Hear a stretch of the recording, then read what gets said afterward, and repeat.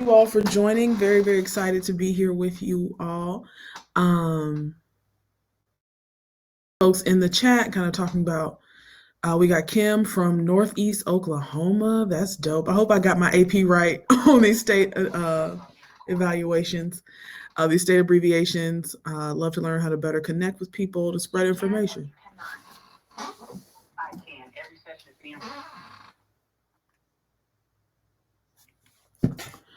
Um, You are amazing. Katie, hey Katie from Detroit, the Motor City. What up?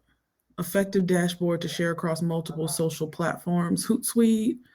Okay, cool. Good for peeps like us. So I'm very excited to be presenting this with you all today, talking about leveraging social media for digital organizing. I'm your facilitator, Avery Allen. I use she, her pronouns, and I am originally from Greenville, South Carolina. And I'm broadcasting to you now from Maryland, from Temple Hills, Maryland, where I have recently settled. So Thanks, Blake, for working on Striptease.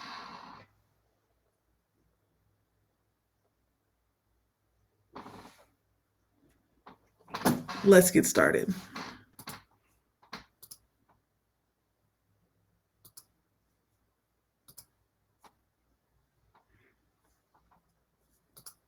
So, leveraging social media for digital organizing. This is an advanced level session to offer greater understanding about why we utilize digital organizing and about how we can optimize content strategy and communication principles on social. So, we're talking a little bit more. When I created this session, I envisioned members who are comfortable dealing with social, they have a social presence, maybe have talked about organizing topics or movement work on their platforms already, but do want to know more. So I think it was Katie in the chat who said that they were looking to want to connect with other people using other platforms, and then there was someone else mentioning tools. So that's what we talk about a little bit here, as well as content creation, strategy development, and kind of the theory of change for this. And please, I'll be able to, I think it was Catherine who wanted to learn how to connect better. So please use the chat with any questions, notes, comments, feedback that you all have. I encourage you, if you're comfortable doing so, sharing your social handles with others in the chat to further build your networks. That happened sort of spontaneously yesterday, but I really liked it, and I want to encourage you all to do that if you would like to. So we're going to begin this conversation with a discussion on equity and move on. And in the progressive space in general and organizing overall, we are dedicated to deploying our equity lenses in the work we do. This is, of course, translates to social media as well. Here are some guiding questions that I like to follow and encourage others to follow when engaging in an equity practice on social media. The first sort of principle of this equity lens on social media is placing those who are closest to the pain, closest to the power. Letting people leading with their identities, with their experiences, that epistemology informed by the life they live, the space they inhabit, centering their voices. So, are you of the impacted community? Should my voice be centered here? As a Black woman, a Black Southern woman, I often lead with that in the work that I do. And for the most part, I approach the work I do from that perspective, not claiming to understand or speak for any other folk but myself. And centering my voice. And there are a lot of things I would love to be center stage. I love that. I'm a former theater kid, but it's just not appropriate. So if that in the event where it's not appropriate to center your voice in an instance, who can you uplift and amplify? And it's very important to identify people who want to be uplifted or amplified. Simply because someone occupies a marginalized space or inhabits a marginalized identity does not mean they necessarily want to be an advocate or activist. They may just be living their life, making it through, and that's totally within all of our rights to do so. Generally, on social, if people are talking about their experiences, leveraging their personal connections, their identities, their beliefs in conversation with about a topic. For instance, I have a classmate who's very closely tied to Haiti, who's speaking about the crisis at the border, the inhumane conditions of Haitian treatment of Haitian immigrants at the border.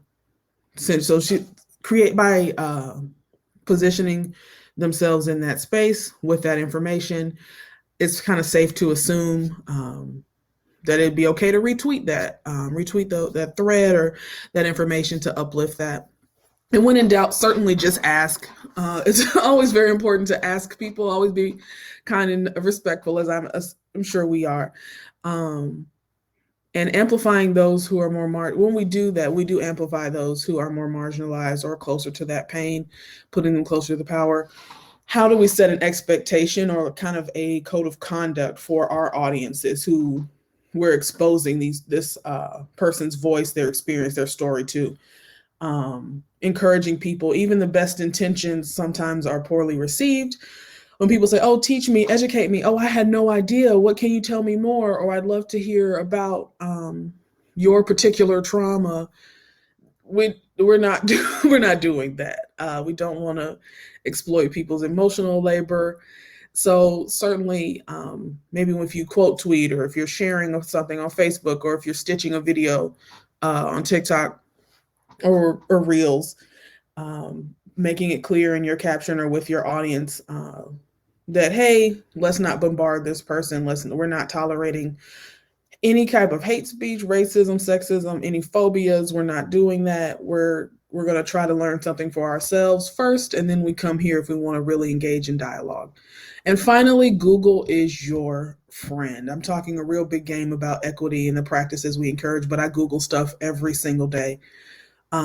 Especially on Twitter, folks will have varying flags of their identities, of their nationalities, flags I've never seen before. And I said, "Oh, let me Google the key features of this flag and learn something new." That way, again, not having to engage that person in their emotional labor unless they want to. If they're sharing out, it's like, "Oh, I want to talk to you about my country and my this or my identity, my that." Perfect. But first, let's use the tools available to us to educate ourselves. Again, always pinging in the chat with feedback, questions, notes, comments. So let's get into it a little deeper on digital organizing on social media, the purpose, processes, and functions. So digital organizing, for lack of a better term, is not a substitute for traditional organizing. In 2020 and into 2022, there was a necessary pivot, a public health pivot into from traditional on the ground organizing to a largely digital program for organizing. While it was available to do that, the only reason we were able to pivot to change kind of strategy was digital organizing was integrated into the strategic plans for a lot of progressive movement space, for campaigning, for national and local elections. Digital organizing has been, there's an infrastructure available for it. So we're going to talk more about this engagement funnel in the upcoming slides. But digital organizing is wonderful for, one, increasing awareness. And awareness helps to scale movements such as like hashtag Black Lives Matter or hashtag Say Her Name. All these movements, we understand the narrative of the movement because of the hashtag and engagement with the hashtag. We're able, unfortunately, to see so many tragedies that are happening throughout the world and throughout our country, targeting people thanks to the function of the hashtag and that engagement funnel. And also that's part of maintaining volunteer involvement and moving important messaging.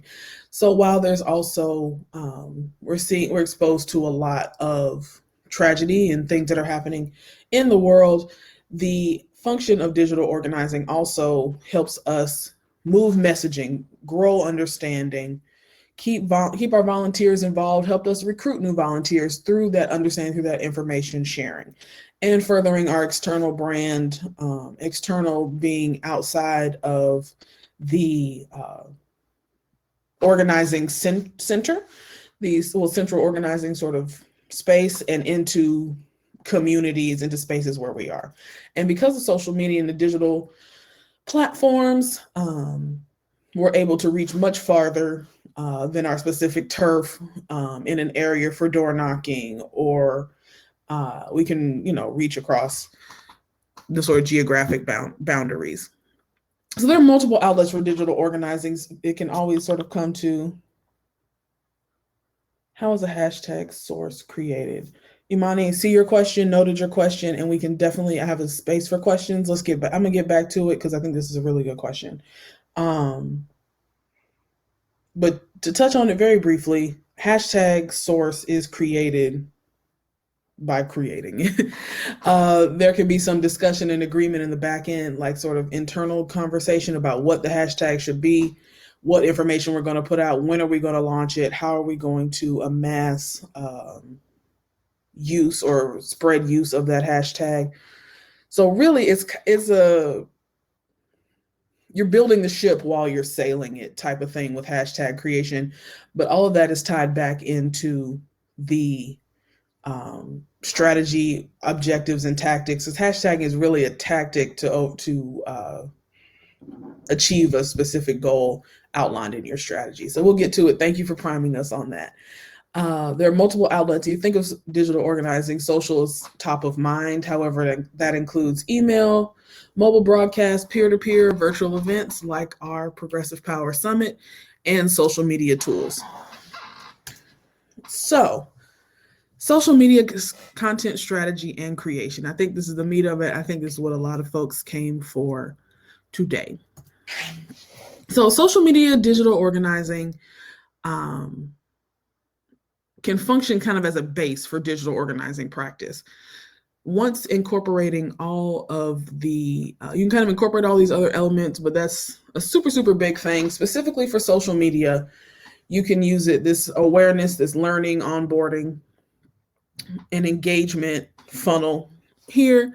That's where you kind of start, quote unquote, the work. So it's very important to sort of understand the theory of change, how to implement that, and what tools we can use to execute those theories of change.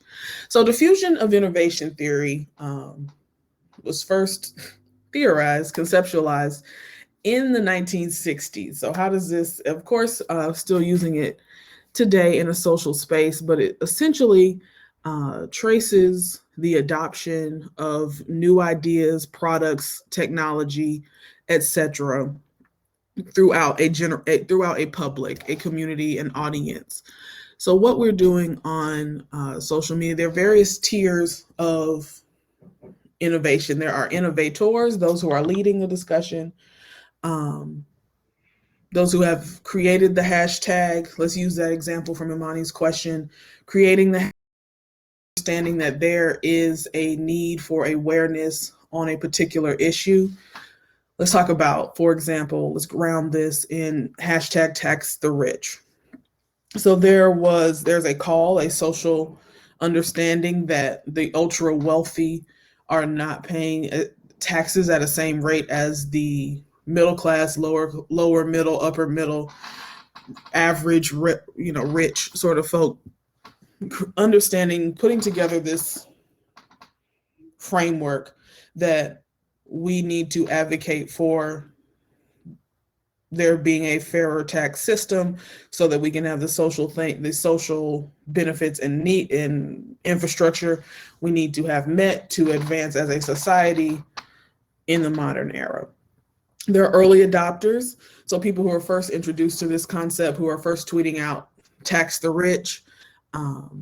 People who are kind of mid-average, the center of the bell curve adopters who may start using it because they see it and say, yeah, I agree with that. And you have your late adopters who have been exposed to the message many, many times out of varying levels of frequency, who eventually come on board, and you have the never adopters, the people, your ultra wealthy who do not want to be taxed at a higher rate for any reason, period. So that's sort of the scope of how innovation diffuses and what we're using social media for. We're using it for that awareness piece to hopefully move audiences and who we're talking to through the rest of this funnel for onboarding engagement into volunteer leadership, into local or national office, into ambassadors and people who are recruiting others to this cause to work on advancing this whatever mission you are engaging in. So some of the tools that are used for this movement scaling, for social media digital organizing, the concept of citizen journalism. Citizen journalism has been a thing. The most direct offline comparison would be like op-eds in traditional newspapers or outlets. But citizen journalism specifically on social media relates to like the people who captured the young person who captured George Floyd, the attack on him at that time, sharing that video out. People who go to, and it does not have to necessarily have so much gravitas. It can be simply you're at an action, you're at a rally, you decide to go live on Facebook or Instagram, or you and your fellow protesters. Today, I'm sure we're going to see a lot of video footage on the ground, live tweeting, coming from the women's marches happening across the country today. That's a form of citizen journalism. And in citizen journalism, there's a certain responsibility that we as organizers, as leaders in this digital organizing space, have to purvey factual, truthful information, countering mis and disinformation, not amplifying it to counter it. There's a lot of responsibility in citizen journalism, even if it is as simple as heading to the Women's March in Washington, D.C. with my friends. Love to see you out there. Or organizing a group. Say you're part of another organization, or you're with some of your fellow members from Move On. Say, oh, Move On members, we're meeting out in Toledo. We're going to be at this landmark at this time. Come join us. Maybe have a picture of that street corner. And then hashtag activism. That's kind of what we've been talking about throughout this example in the session. Hashtag activism is a really great way to involve people at varying levels in this funnel, as well as continuing awareness. So it can be used to share information, give updates, talk about new ideas, and help scale the movement through information, through that sort of onboarding practice. So that's sort of the nuts and bolts of social media digital organizing. So content strategy development. Your content strategy development is, I think, what I saw was seeing some in the chat about how to craft these messages, how to tell your story, bring others with you on this journey through the progressive movement. Your strategy development has to begin with understanding of your audience, your issue, the goals of the movement, and what you want to happen after sharing your information. What performance, what action. This photo is actually one I took at the Capitol, U.S. Capitol, for a Hold the Line action. There were lots of different organizations represented, and we all gathered behind this banner under the cause of calling on progressive legislators to hold the line, to hold out on the infrastructure bill, because it is something that is incredibly beneficial to the present and legacy of the United States. It's something that people actually need right now and want. And it's part of this was kind of a rapid strategy that came together, but it's all folded into the understanding of promoting Build Back Better. What does Build Back Better mean? How do we get that? Okay, so we need to, in the filibuster, we need to tax the ultra wealthy. What does that actually look like on the ground? How does it picture? All of these are part, and this particular action is a tactic. So building out your strategy, objectives, and tactics is as well like an inverted pyramid. That's what that means. So your strategy defines your approach to the work. What are you going to do? How are you going to integrate varying platforms, your messaging? How does that align with whatever establishment, organization, movement messaging you want to advance? What is the end game of this content, of this social presence that you want to have? Your objectives are measurable steps to achieve the goal. So you want to be able to encourage young voters, maybe first time or new voters, to take action in local elections as well as national elections. So we're focusing right now on the midterms, local elections that are coming up as well. They're all very important, or even maybe hyper local, like school boards, that sort of thing. As we're seeing the mass mandates conversations coming down to the very granular level at local school boards.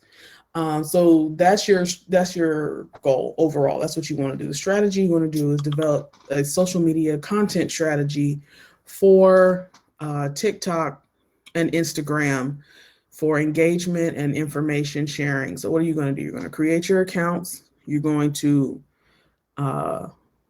stay current on trends, on trending sounds, understand the conversations that are already happening in that space, deciding what your voice is, what you want to add into that space. How often are you going to be making your videos? What infographics are you going to be creating to share out what information is already made that you can share? These are objectives. Tactics are the actual sharing.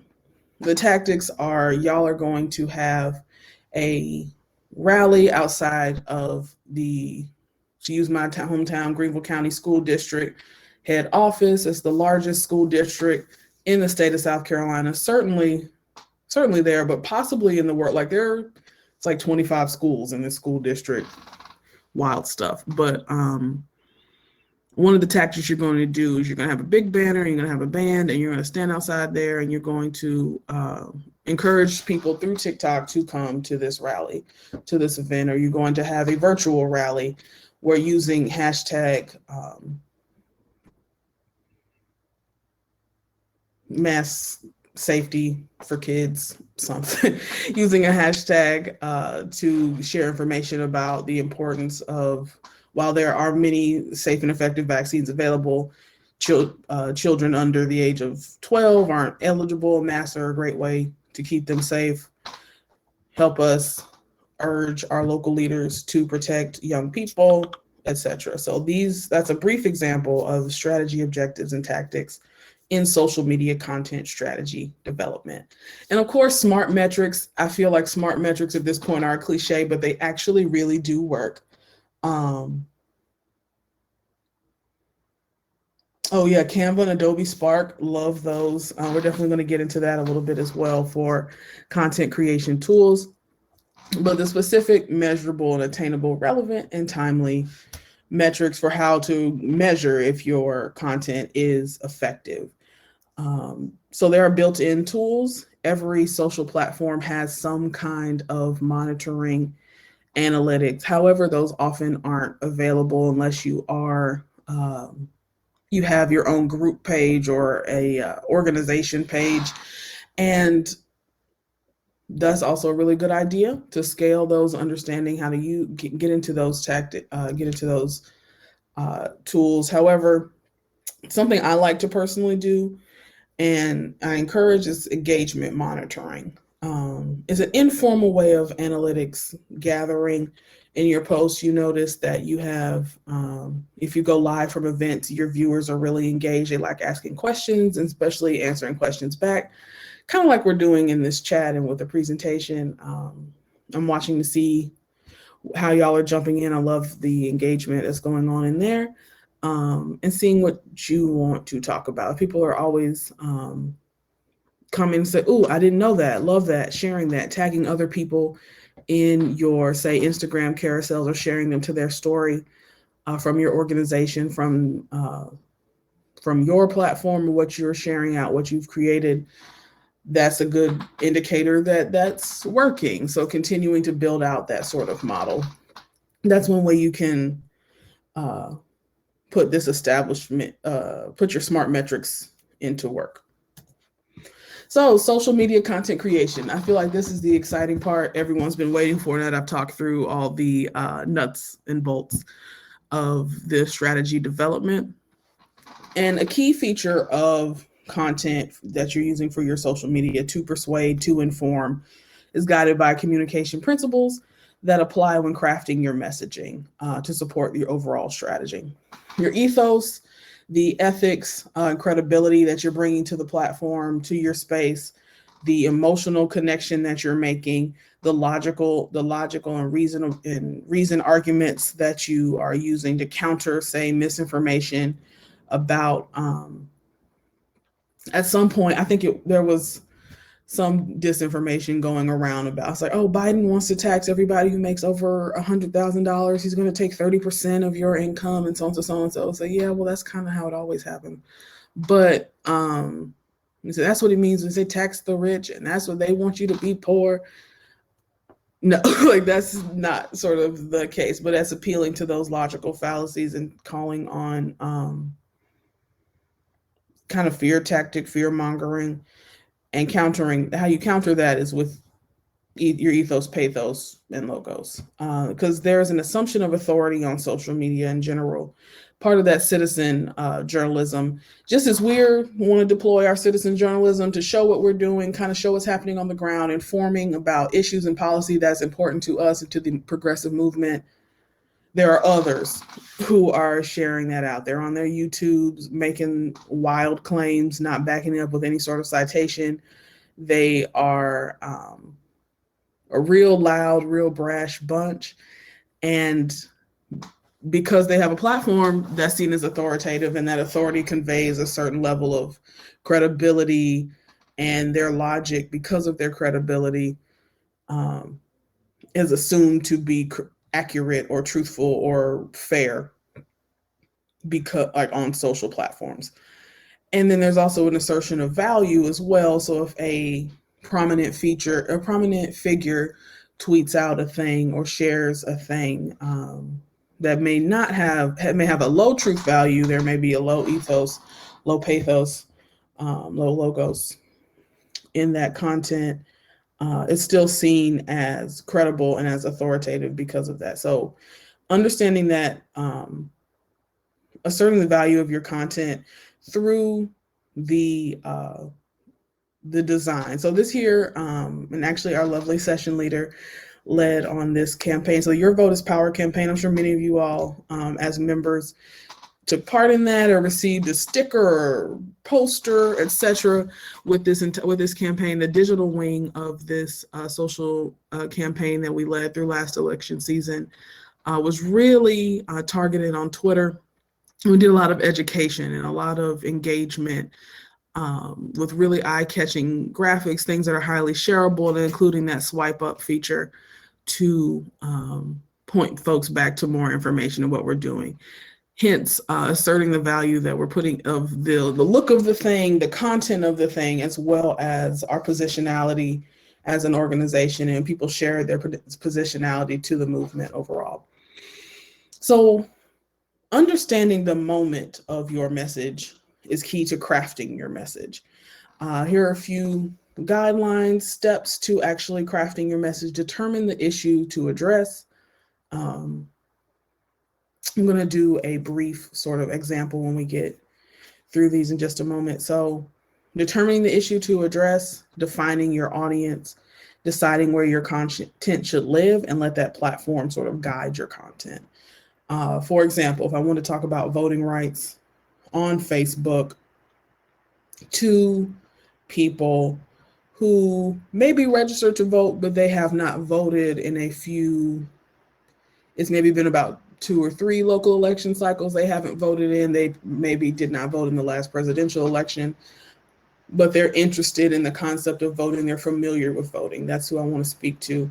I would like for this to be on Facebook. And what we know about Facebook, those are generally people we've had some sort of connection with. They're generally sort of people we share some kind of location with. I've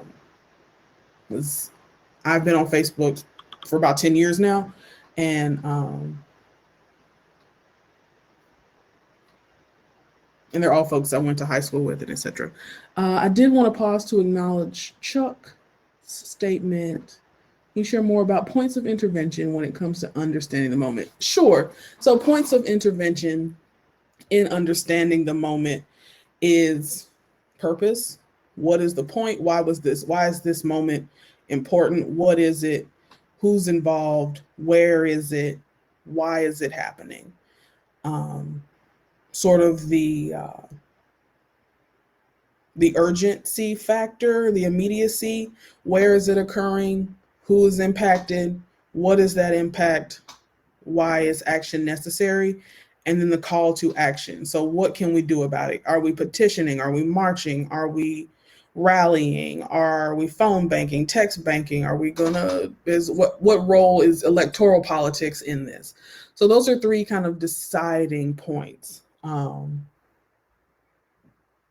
in understanding that moment, the purpose, the sort of urgency, immediacy, and then what action do you want people to take?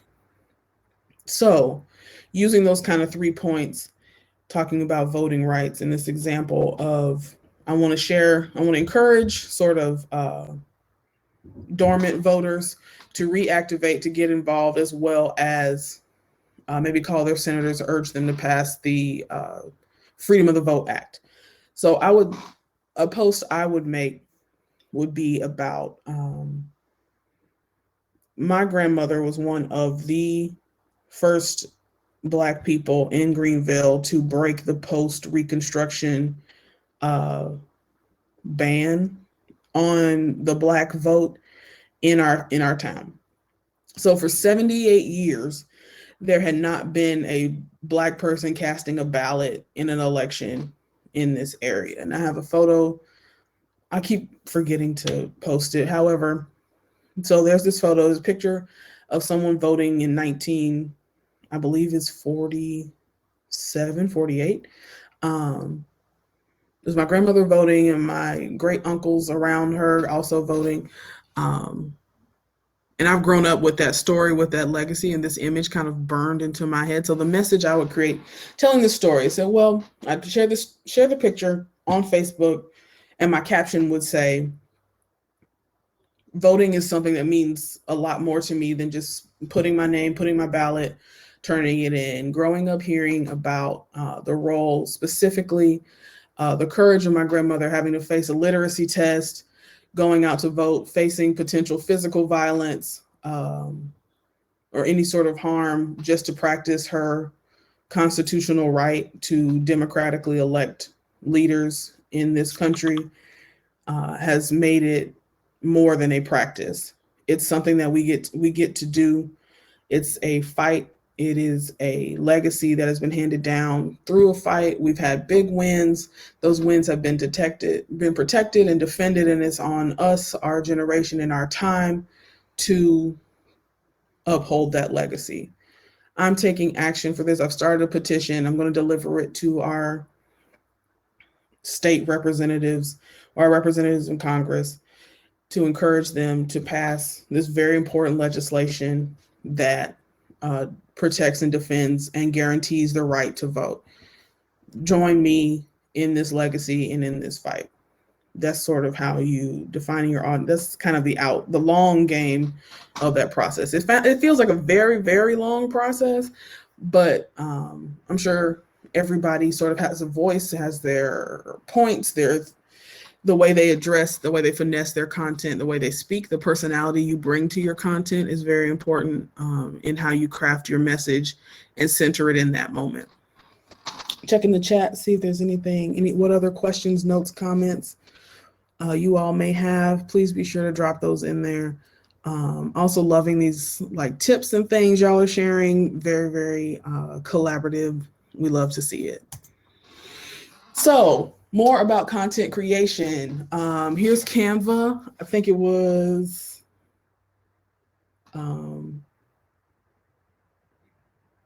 someone mentioned other tools. Chuck, no, not Chuck, other tools. However, so establishing and maintaining your brand identity, Canva is your friend. I've grown up using, like my training has already been in Photoshop, so Canva's a little hard for me, but Canva, you can make some really beautiful things. You can import a lot of stuff, and it's very easy to adopt. So you can make your information, make your graphics, share those out on your profile, make little stickers, little buttons, or things you can add to your existing photos. It doesn't have to be super involved. It can be as high or low tech as you want. I find it's a little more earnest. If it's a little less slick, that tends to help. Also, there are GIFs, or is it GIFs? Which one do you hear it however you would like it? I say GIFs. This is a tweet. I'm personally very proud of this tweet about ending the filibuster and using a Golden Girls GIF. It fits this moment. It's a fun sort of insidery social thing. It translates well on Twitter. So using multiple media forms, whatever you want, handwritten signs, make your protest sign, post that on Twitter, put it on your Instagram, TikTok yourself, like making the sign, having a sign making party, etc., whatever you want to do to get your point across.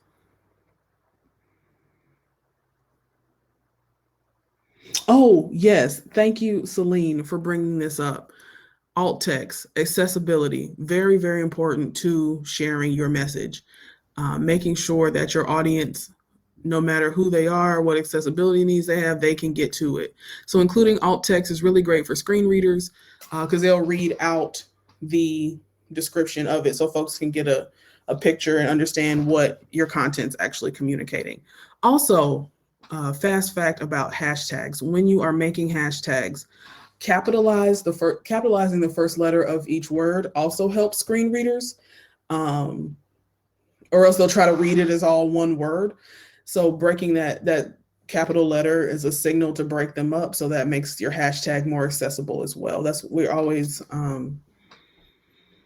I find it easier to read as well instead of one big word. It also looks a little better. So we can always incorporate accessibility features when you're making videos, include closed captioning. TikTok and Reels have automatic closed captioning. You can kind of go in, catch the typos, etc. But there's a lot of ways to incorporate accessibility into your content so your message can reach the most people how they need to be reached and how they can be reached. So also, yeah, your messaging is part of that. Your concise captioning of posts, boiling it down to those kind of 3 points that I think Chuck helped us raise in this session of the purpose, the immediacy, the action that you want to happen. Like, so for example, in this post, the filibuster is bad. We need to end it. Let's end it. And bring in that hashtag to aggregate posts with other content that may be circulating, other information about what the filibuster actually is. Growing up in South Carolina, I was taught the filibuster was a great way for all sides to be heard in Congress, on Capitol Hill. It's a great thing. It's a thing we need to have and want to do. It was truly last year when I read, and through hashtagging, through understanding, working in this space, that, that's a lineage of the Confederacy and post-Reconstruction. We don't need that anymore. So certainly building out that education base, reading, sharing carousels, making carousels for Instagram, putting it on your stories, making TikToks, explaining this, green screening, pointing to it, are really great ways to kind of hit those key points. Point back to an email list or a website. One day, Facebook's not going to exist anymore. Instagram may shut down for a week. There may be some sort of ransomware, and you can't get to Instagram. You want to be able to have command of your audience and still be able to get your message out to advance the movement and the mission. Email lists, websites, use your social as that top of the engagement funnel to point back to the base. It doesn't have to be your own website. It can be a website for an organization, for a local collective. It can be a listserv. It can be whatever. But being sure to point back to a place where people can learn more, can get engaged, can get involved, and can continue to grow that network. And don't be afraid to make the hard asks.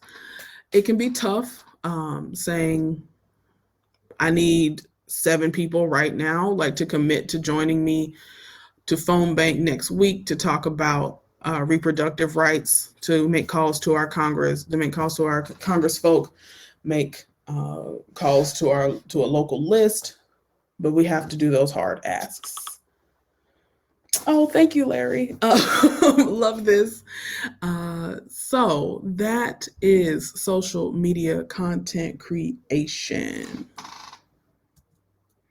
So I do want to give us time for Q&A. There were a lot of great questions moving throughout the chat during this very long presentation. So I do want to pause, ask what questions still exist in this space, what feedback you have for each other or that you want to share out. I'm happy to read those out. What questions you have for me, what comments you have for me.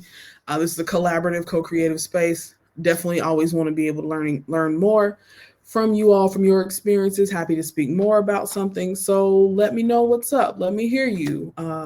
The chat is open for Q&A.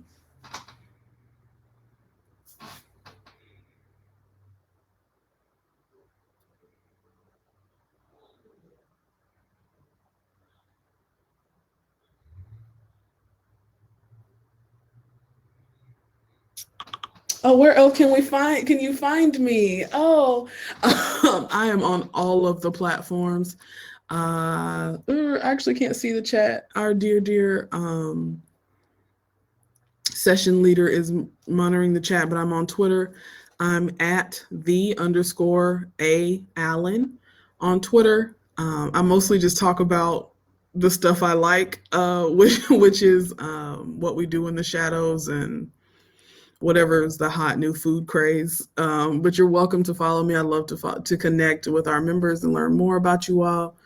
There are also the Move On platforms. I'm sure you're all already following us, but we're at Move On Facebook, Instagram, Twitter, TikTok. We're doing some real sick reels and TikToks right now. It's kind of a new space for us. So definitely want y'all to be engaged and maybe, do some sounds or get your feet wet with TikTok. Or if you're already TikTokers, maybe we can learn something from you.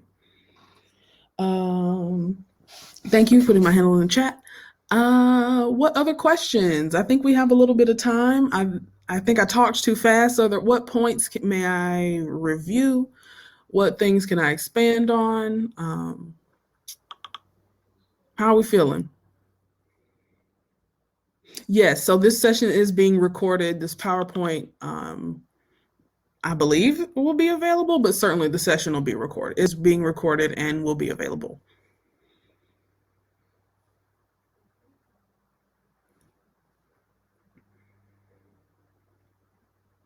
And there are also plenty of resources. There are lots of things. So something that's always changing that we don't really talk about a lot are dimensions and optimal dimensions for your platform.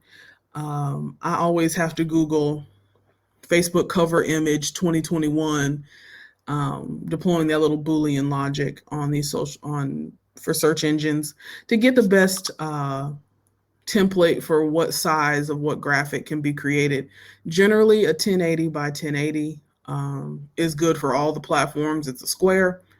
Twitter now doesn't crop images on mobile, so you can post a longer image or a wider image on Twitter.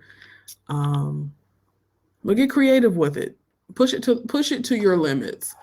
Memeing is very fun. I love a good meme. Oh, Hootsuite. Hootsuite is great. So Hootsuite allows you to schedule posts, to monitor feeds, all in kind of one base. I like Hootsuite. There's another platform called Buffer, does a similar thing. All of these have free and varying paid level tools, and they offer you, I think there are different pay scales. They'll offer you more analytic data. You can also get a little bit from the free version of Hootsuite. Great tool for managing a lot of accounts. When I created this session, I had in mind folks who may be like I and my friends are often asked to volunteer to run a digital campaign for a local election or be digital volunteers. I work with digital volunteers for the Biden campaign in South Carolina. So that's who I envision you all to be. You got it. You feel comfortable on social. You like social. You want to know more about it. So yeah, those tools are really helpful and really useful. TikTok. Where do you start? Make a video. I would actually say start by watching TikToks. Just create an account, see what's out there. Be sure to engage what you like. So share, like, comment on posts that you like to inform the algorithm of what to show you, what to stitch, and save sounds. So if you click on a sound or you click on an effect, you can save those to your library and just play around with them. I just had a TikTok. My friend, I thought she was taking a picture of my birthday. It was a video, so I was just doing different poses. Made a song, put it to a song, and just posted it. The people who I knew from like my contacts, they followed me. I followed them. They liked it. It's just play around with it. So that's kind of where you get started, by watching, seeing what you like, informing that algorithm of what you like, what you want to see, what you don't want to see. And just having fun with it, because ultimately, like social, I think there is a lot of pressure to make the next viral thing, to have a large following, get your likes and your comments, etc. But it's everything that you want to. It's whatever you want to make of it. There's a pressure to have every platform and to perform on every platform. I have every platform because it's the space that I choose to be in, and it's what I like doing. But I'm not I don't have the same level of activity on every platform, and that's part of my personal strategic social media approach. I know what the people on my Instagram want to see versus the people on my Twitter and the people on my Facebook or TikTok. And then I have separate accounts. Like I have a little food blog where I just talk about my pandemic cooking, or whatever, when I deign to go to outside, to patio dining or whatever. So it's really whatever you want to make of it, and what you make of it helps you build that strategy as well. So there's a personal element to the strategy. Okay, last cue. It was from Lynn. How to gain followers when starting off. The first way to gain followers when you're starting is just make it. Just do it. Start ugly. Get it out the mud. Just start posting. Don't wait to have a following to post. Have something there for people to find once they follow you. Second, import your contacts or follow people who you follow for other platforms. Importing your contacts is a great one because you already know them. You know them enough to have their phone number in your phone, or at least have their email or something. So start there with following. Look in hashtags for your interests. I'm a big 90 Day Fiance fan. I have a dear mutual. We met in the 90 Day Fiance hashtag. They were making some great points about people behaving very poorly. And I said, hey, I like their content. Let's follow them. So that's a great way. So looking for your interests, for your movement spaces as well. So if you do want to follow some Black Lives Matter folk, you want Black Lives Matter folk to follow you, engage in the hashtag. See what's what. See who's there. See what they're posting about. Follow them. Sometimes you get a follow back. Sometimes you don't. But you just kind of have to piece it together eventually as you get your voice, you get more comfortable on the platform. Your voice is becoming more harmonious with your offline voice or whatever persona you wish to project in the space. Your following will come. And also eventually you always have those few mutuals. Y'all are vibing together, maybe like 3 or 4 of them who like all your posts. And that's okay. Like as long as you're reaching, you're getting that sort of connection and that network with just those few people, you can take it from anywhere from there. I think 2 minutes ago we had 1 minute left. So thank you so much for joining me for this session, Leveraging Social Media for Digital Organizing. I'm Avery Allen. I don't think I told you what I do. I'm the social media organizing strategist here at MoveOn. Thank you so much. I have another session tomorrow. It may be a little too beginner for you all, about talking more about platform, the messaging, kind of what works and what doesn't work on social platforms tomorrow at 2 p.m. Eastern. Would love to have you there, or maybe share it with someone, have them join the summit. It's not too late to join the summit still. We have a whole other day full of amazing programming. Thank you all so much, and see you later.